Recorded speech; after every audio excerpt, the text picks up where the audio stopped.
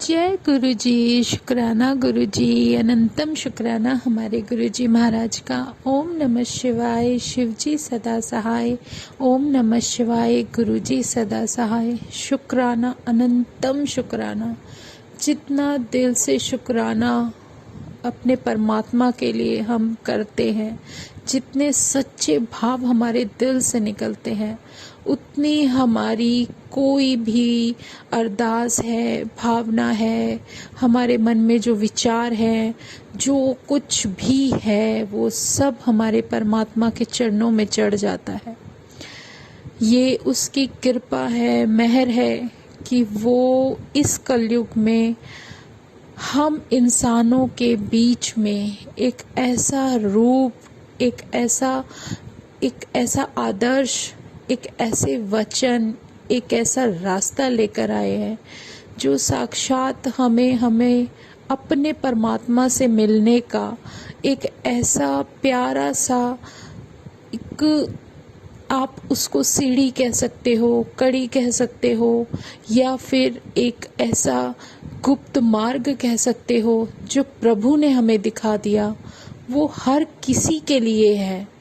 सिर्फ फर्क यही है कि हम उस बात को, उनके आदेश को, उनके हुक्म को सुन पाते हैं या नहीं सुन पाते। ये उस परमात्मा की मर्जी है और कुछ नहीं। सच में उनके चरणों में आने के बाद जो वो हमारे अंदर की सफाई करते हैं, जो हमारी सॉल को प्योर करते हैं, जो भी हमारे अंदर होता है उसको किस तरीके से, कैसे ठीक करना है, किन बातों को हमारी सॉल से अलग करना है, किन बातों को, किन गुणों को हमारे अंदर होना चाहिए, वो सब समझाते हैं।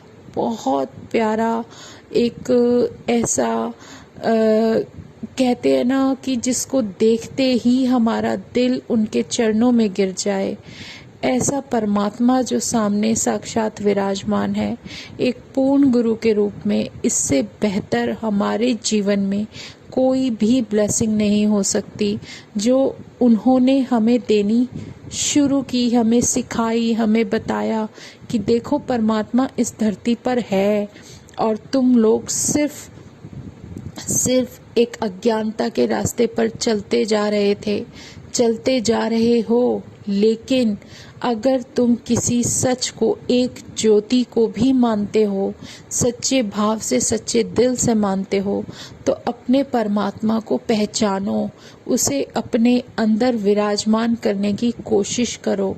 ये बहुत ही एक ऐसी सीख है जीवन की जो शायद हमें कभी भी नहीं मिलती अगर उनका साथ ना मिलता। तो वो हमें वो सब कुछ सिखा देते हैं पल में, जो हम लोग शायद सीखने में, जानने में, पता नहीं अपनी इस लाइफ के भी कितने साल बर्बाद कर देते हैं या बर्बाद कर देते, लेकिन हमें वो समझ नहीं आती। सच में हमारे गुरु, हमारी किस्मत अच्छी है जो परमात्मा हमारे सामने हमारे गुरु रूप में आया है, संभाल रहा है, सिखा रहा है। मुझे तो सिखा रहा है। ये मेरी किस्मत है, मेरे परमात्मा की मेहर है, कृपा है जो सब कुछ बता रहे हैं। कभी भी हम अपने अंदर, हमें ये नहीं आने देना चाहिए कि संगत जी एक बहुत कॉमन सी चीज़ है। अगर किसी संगत को हम गुरु जी के पास लेकर जाते हैं या उन्हें जोड़ते हैं, तो उसमें हमारा रोल सिर्फ इतना है कि हम एक ज़रिया बने, एक अपने रब का ऐसा पैगाम बने कि वो उस तक पहुंचा, बस। इससे ज़्यादा कुछ नहीं। जैसे कि आप फ़ोन उठाकर किसी को बात करते हो, किसी को बुलाते हो अपने पास, फ़ोन उठाकर फ़ोन पर आप बात कर रहे हो और किसी को सामने से कॉल कर रहे हो कि तुम मेरे पास आ जाओ, या आप अपने किसी मिलने वाले को, किसी भी रिश्तेदार को, किसी को भी बुलाते हो, लेकिन उठाते फ़ोन हो ना, फ़ोन पे कॉल करते हो और आप उसको बुला लेते हो। तो ये आपके लिए क्या हुआ? एक ऐसा संदेश है कि आपने फ़ोन के द्वारा उसको दिया। अगर आपके पास फ़ोन नहीं आता तो आप उसको कैसे बुलाते?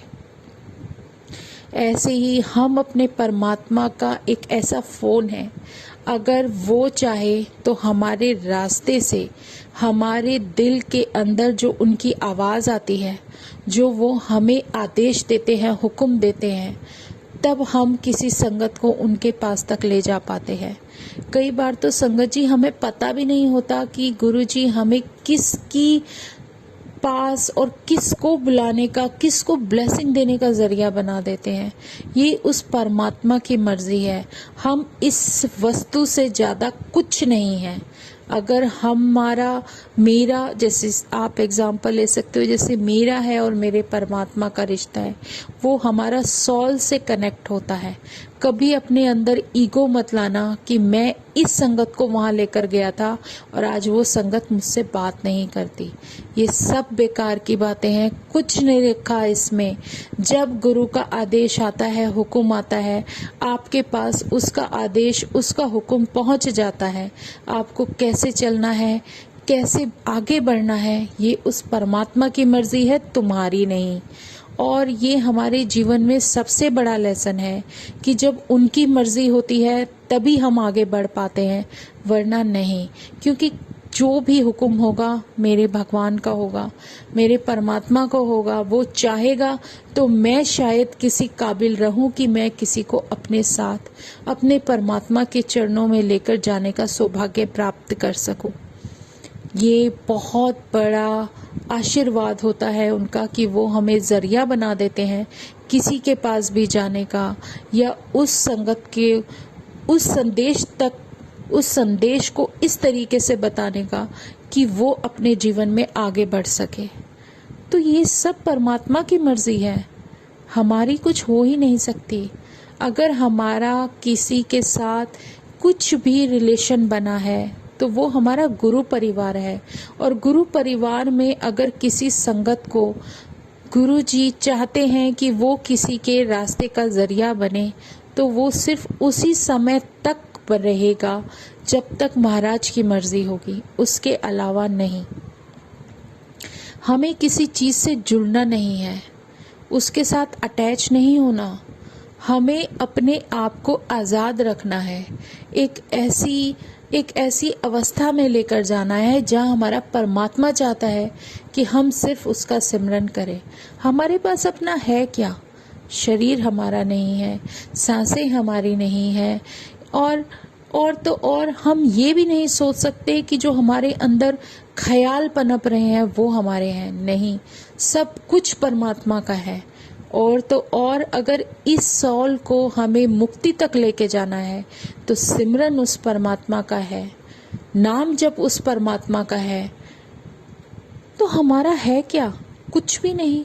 तो फिर हम अपने अंदर मैं क्यों बिठा कर रखते हैं कि मैंने ये किया, मैंने वो किया, मैं यहाँ हो गया, मैं उसको लेकर गया, मैंने इसको फ़ोन किया, मैंने किया।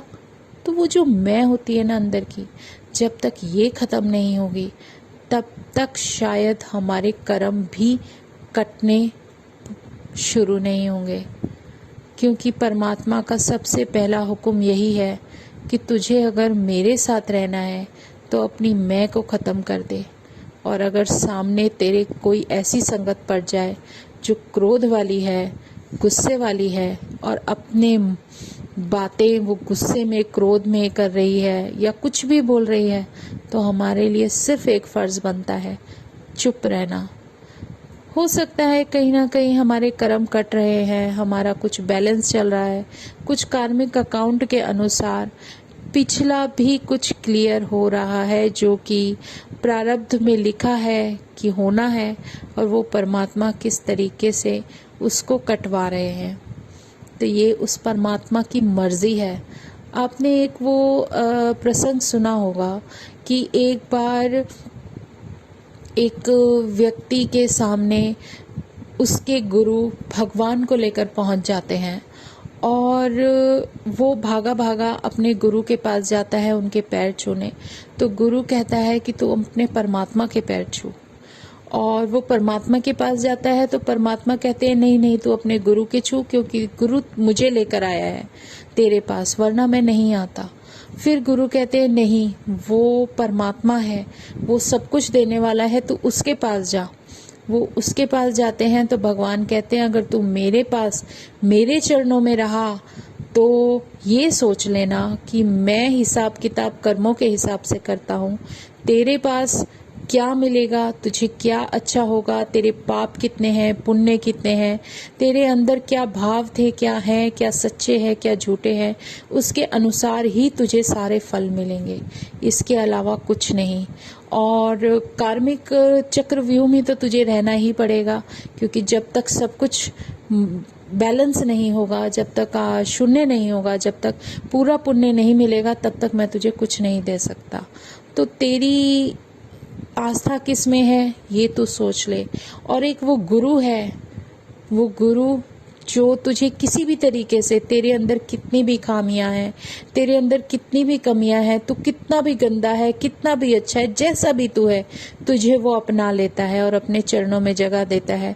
तेरी सॉल को इतना प्योर कर देता है कि तू बिल्कुल साफ सुथरा होके मेरे चरणों में आ जाता है। और ये काम है हमारे गुरु का। और हमारी जैसी संगत का जो लक है ना, जो किस्मत है, आप उसको देखो कि हमारे सामने हमारा परमात्मा खुद गुरु के रूप में आया है।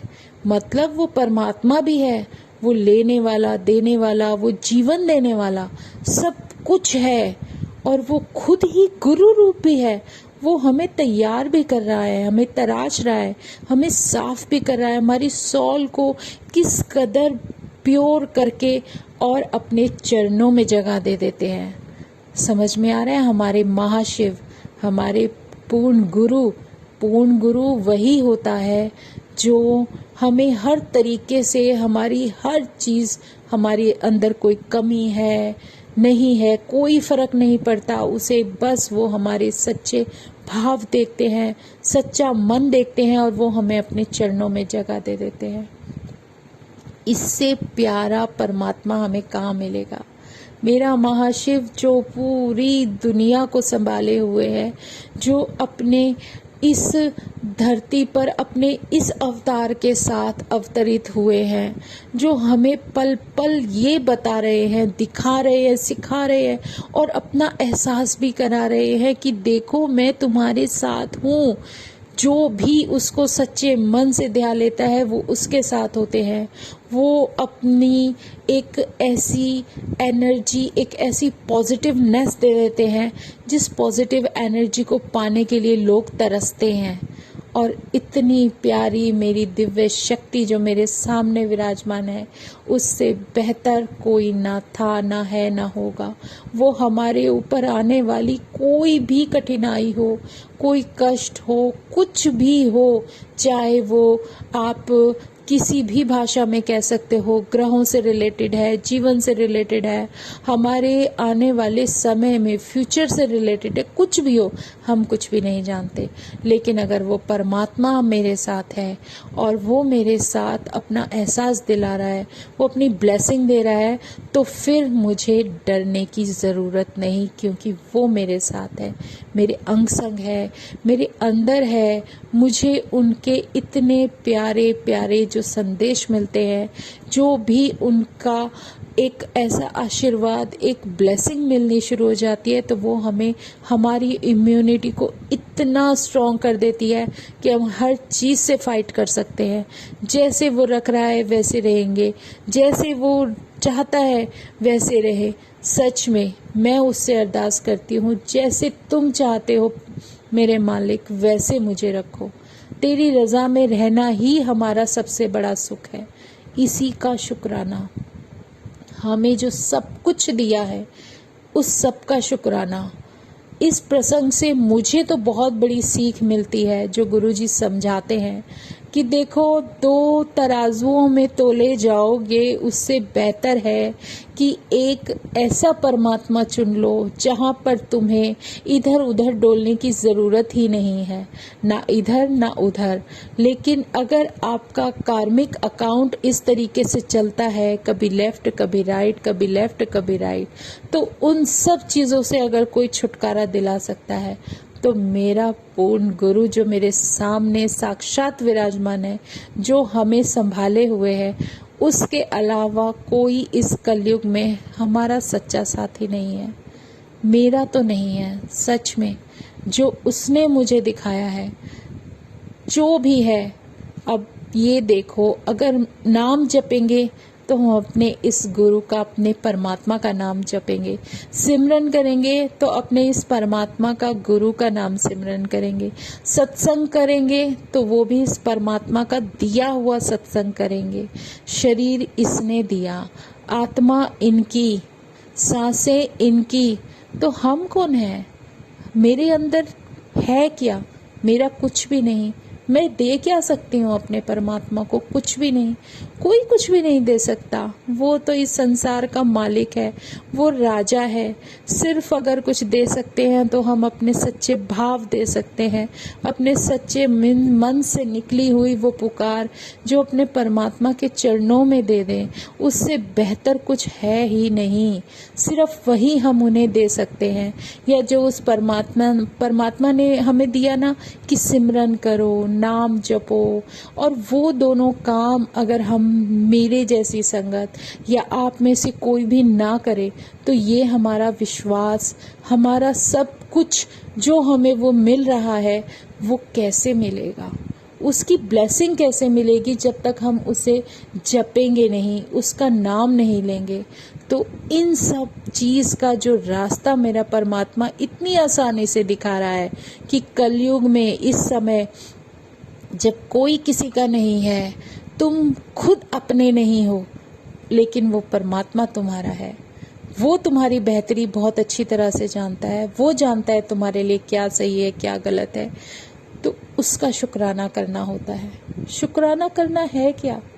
सिर्फ एक उस परमात्मा को याद करके सच्चे मन से शुक्राना ही तो बोलना है, धन्यवाद ही तो बोलना है, जो कि वो तुम्हें सब कुछ पल पल संभाल कर दे रहा है, तुम्हारे जीवन को सुंदर बना रहा है। उस जीवन के अंदर से इतनी गंदगी जो थी उसको निकाल के फेंक रहा है और तुम्हारी सोल को प्योर कर रहा है। वो ऐसी मेडिसिन दे देते हैं कि हम समझ भी नहीं सकते।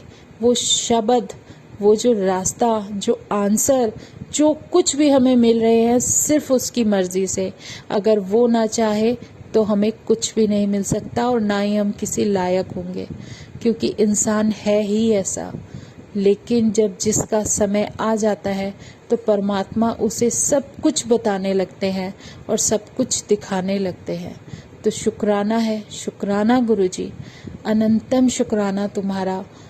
इतना प्यारा अपना साथ, इतना सुंदर एहसास, और हमारे जैसी संगत को अपने चरणों में रखने का जो भी तुमने आशीर्वाद दिया है, उसे हमेशा ऐसे ही कायम रखना।